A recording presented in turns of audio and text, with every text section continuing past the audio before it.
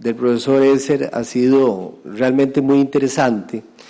puesto que los que hayan podido dedicarse alguna vez a la lectura de la historia del surgimiento de la justicia penal internacional, se habrán dado cuenta que la mayor parte de autores nunca analizan la justicia penal internacional desde la óptica de los jueces. Generalmente se analiza desde la óptica de la doctrina, desde la óptica incluso de los sistemas legales en juego, pero una visión como la que nos ha dado el profesor Esser desde la experiencia de un juez que tuvo que enfrentarse a casos en el Tribunal Penal de la ex Yugoslavia es sencillamente refrescante. Como bien lo dice el profesor Esser, estamos hablando también de una jurisdicción que es una institución joven y que aún debe de encontrar muchas soluciones a muchos problemas. Solo la cuestión planteada por el profesor Esser en relación con las reglas que cada uno de los tribunales penales internacionales tiene para el examen de pruebas y la recepción de pruebas es un reflejo de cómo están chocando en la justicia penal internacional dos formas de ver la averiguación y la búsqueda de la verdad: el sistema adversarial y el sistema inquisitorial. Los retos que esos enfrentamientos de esos dos sistemas nos proponen son indudablemente esenciales para poder alcanzar en algún momento una justicia penal internacional que sea al mismo tiempo que rápida, consistente en la averiguación de la verdad y en obtener la reconciliación. Tiene razón el profesor Esser cuando señala que no es solo la búsqueda de la verdad el objetivo final de un proceso penal internacional, sino que también tiene que buscar una reconciliación de aquellos pueblos, aquellos países que se han encontrado frente a delitos de tal nivel que han afectado la naturaleza misma y el entramado social de esos grupos humanos. Y cuando hablamos de violaciones de derechos humanos que efectivamente ya carecen, digamos, de una dimensión nacional, sino que son propios de una sociedad global, efectivamente los problemas aumentan, se hacen más complejos e indudablemente marcan también a la justicia penal internacional. Por eso tiene razón el profesor Esser también cuando dice que una cosa es leer y estudiar las reglas de procedimiento y verlas desde la perspectiva de la doctrina, que él también lo ha hecho como especialista en el campo, y otra muy distinta es practicar la justicia penal internacional directamente en los tribunales. Y es precisamente porque aquí hay algo que es muy valioso de su observación, que es el choque de culturas jurídicas. El sistema anglosajón y el sistema continental europeo de construcción del objeto procesal y de valoración de la prueba. De tal punto llega esta confrontación que depende del sistema, si es adversarial o inquisitorial, o el sistema del common law, o el sistema del continental europeo, que podríamos obtener un resultado totalmente distinto tan solo porque el sistema procesal que se impone sea diverso. Pero lo que tenemos en la justicia penal internacional es precisamente una mixtura de sistemas. Es como si alguien se hubiera ocupado de tratar de establecer o hilvanar culturas jurídicas que muchas veces se oponen en temas muy concretos. Y el profesor Alvin Esser señala en su exposición un aspecto que a mí me parece especialmente importante, que es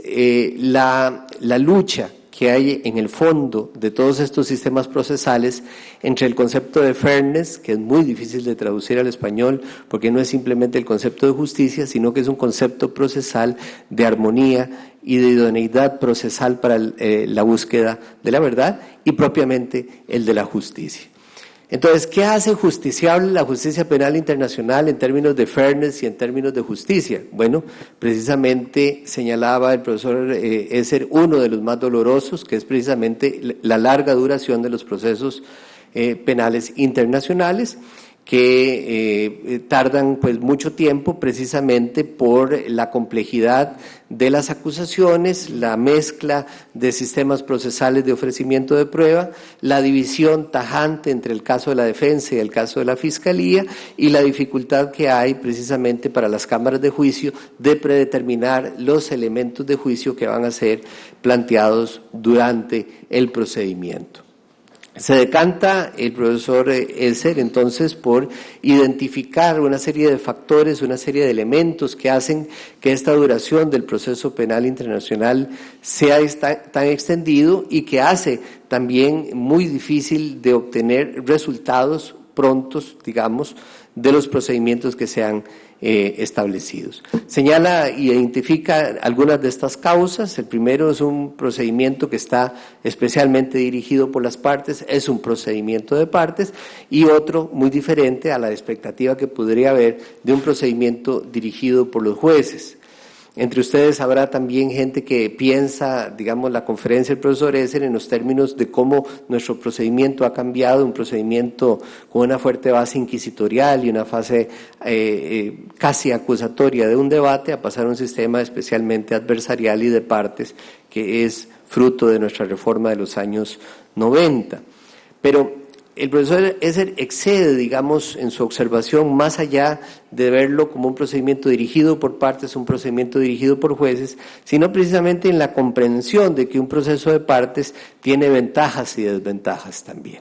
Él no apuntó aquí a que estas ventajas o desventajas directamente tuvieran que ver con la convicción en el caso concreto, pero sí que podrían involucrar decisiones importantes que hacen que finalmente el resultado final del proceso se vea afectado. Por eso, efectivamente, dependiendo de la cultura del juez y de su reluctancia a hacer o no hacer preguntas, podríamos tener un cambio importante del proceso. Relataba el profesor Esser, digamos, su experiencia como juez en Alemania, y donde era importante hacer ciertas preguntas para orientar su propia convicción en relación con temas importantes del procedimiento, y la reluctancia de los jueces de un procedimiento adversarial a no hacer ninguna. Lo mismo también la práctica del coaching de testigos, ¿verdad? La preparación de testigos, que para nadie es un secreto que ocurre en los sistemas continental europeos, en los sistemas anglosajones, y que no se da tanto en el sistema continental europeo, donde esta práctica incluso es observada con preocupación y en algunos casos hasta con sospecha. Pero en algunas jurisdicciones penales internacionales esto es admisible, y pues obviamente genera preguntas que merecen alguna respuesta desde la lógica de los procedimientos. Claro está que la división del caso de la Fiscalía y del caso de la Defensa proponen una dificultad adicional a las reglas de procedimiento que siguen los tribunales penales internacionales, y señalaba el profesor Esser con razón cómo, digamos, esas reglas de examen y de prueba y de procedimiento que se siguen en el Tribunal de la ex Yugoslavia son diferentes a los que ha seguido el Tribunal Penal Internacional, la Corte Penal Internacional. Pero en todo caso, aun cuando las diferencias son producto de alguna evolución en el sistema procesal ante la Corte Penal Internacional, es claro que la imagen de un juez intervencionista frente a un juez no intervencionista sigue presente más allá de las reglas del procedimiento, y está en la propia cultura judicial, la propia cultura legal de los jueces que integran los tribunales. En alguna ocasión me ha tocado analizar a profundidad las reglas de procedimiento entre la Corte Penal Internacional y los otros tribunales de justicia penal internacional, y es claro y evidente que esto que señala el profesor Esser tiene un papel trascendente que pocas veces se discute y a veces hasta se deja de lado, de en qué medida esa cultura jurídica distinta, esa visión distinta de ver el procedimiento y el caso frente a las visiones de la Fiscalía y de la Defensa podría incidir también en cómo el producto del sistema de justicia es o no de calidad. Señala finalmente el profesor Esser 3 áreas en donde podría ser importante iniciar medidas para tratar de traer al procedimiento ante las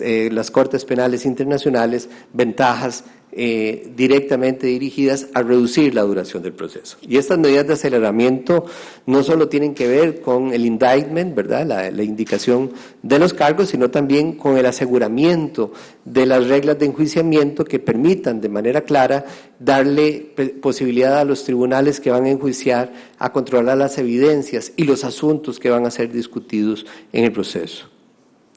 Él señalaba como uno de los grandes problemas la posibilidad que tienen las partes de ofrecer gran cantidad de prueba que toma mucho tiempo de ser elaborada y presentada ante los tribunales y que hace que estas partes lo hagan precisamente por el miedo a que precluya los plazos para el ofrecimiento de estas pruebas. Esto hace que los jueces tengan que escuchar largamente la prueba de la Fiscalía y luego largamente la prueba de la defensa, generando problemas de memoria sobre qué elemento probatorio tuvo que ver con qué cuestión y con qué elemento de enjuiciamiento. Aquí el profesor Esser se decanta por un sistema más flexible de ofrecimiento de prueba y que permita a las partes entonces no tener temor de que se les precluya los plazos de ofrecimiento. Se decanta también el profesor Esser por un papel más activo de las cámaras de juicio, las trial chamber, para que a través de este cambio, ¿verdad?, las cámaras de juicio, que están encargadas del enjuiciamiento del caso, puedan establecer cuáles temas deben de ser fiscalizados por las partes y cuáles no. Señala con especial énfasis el tema de la consecución de la verdad, ¿verdad? Debería tenerse en cuenta que la búsqueda de la verdad y de encontrar la justicia del caso son elementos esenciales de la justicia penal internacional y precisamente la pregunta de cuáles evidencias conducen a esa verdad y cuáles conducen a una máxima del proceso con celeridad son esenciales. Debería de tener aquí también la posibilidad de la justicia penal internacional de intervenir en una modificación de sus reglas de procedimiento para que esa búsqueda de la verdad sea el objetivo con el cual se construyan los cambios. Señala el profesor Esser además en relación con el choque entre los sistemas adversariales y los sistemas inquisitoriales que también ayudaría mucho los cambios de terminología para dejar más claro que las intervenciones de los jueces en un sistema contradictorio podrían ser perfectamente adversariales. Entonces él señala la terminología contradictorio adversarial, que no necesariamente se entiende igual que lo hacemos en nuestro país, que cuando decimos adversarial tenemos una profunda sensación de alegría y felicidad, como que hemos alcanzado el nirvana, ¿verdad? Y el sistema contradictorio como simplemente un enfrentamiento entre partes sobre un objeto procesal comúnmente construido. Este acercamiento terminológico que nos propone el profesor Esser tiene sin duda alguna una base fundamental de filosofía del derecho, que tiene que ver precisamente el diálogo entre las partes, no meramente la contradicción, sino el diálogo para que ambos lados, defensa y fiscalía, contribuyan a una única convicción en un tribunal de derecho. Entonces, una tercera cuestión que plantea, y esta es una cuestión muy difícil, la que nos ha dejado como última el profesor Esser, es en relación a la reducción de la adversarialidad en la recepción de la prueba en las reglas de procedimiento de los tribunales penales internacionales, que es una propuesta que ya se escucha en la doctrina procesal penal internacional y que tiende, digamos, a observar de manera distinta el papel de los testigos, que lejos de ser objetos de ataque constante por las partes que las ofrecen, que pueda ser, digamos, más bien una búsqueda adicional de reconciliación, su ofrecimiento y la escucha de su testimonio en las cortes penales internacionales.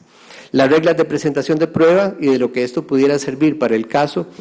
señala especialmente la parte final de la conferencia del profesor Esser en cuanto a lo que me parece a mí es y sigue siendo el elemento central de su observación de la justicia penal como un juez, que es precisamente la lucha entre fairness y justicia, que es en esencia quizá el problema que todos los jueces y juezas tienen alrededor del mundo. Muchas gracias, profesor Esser.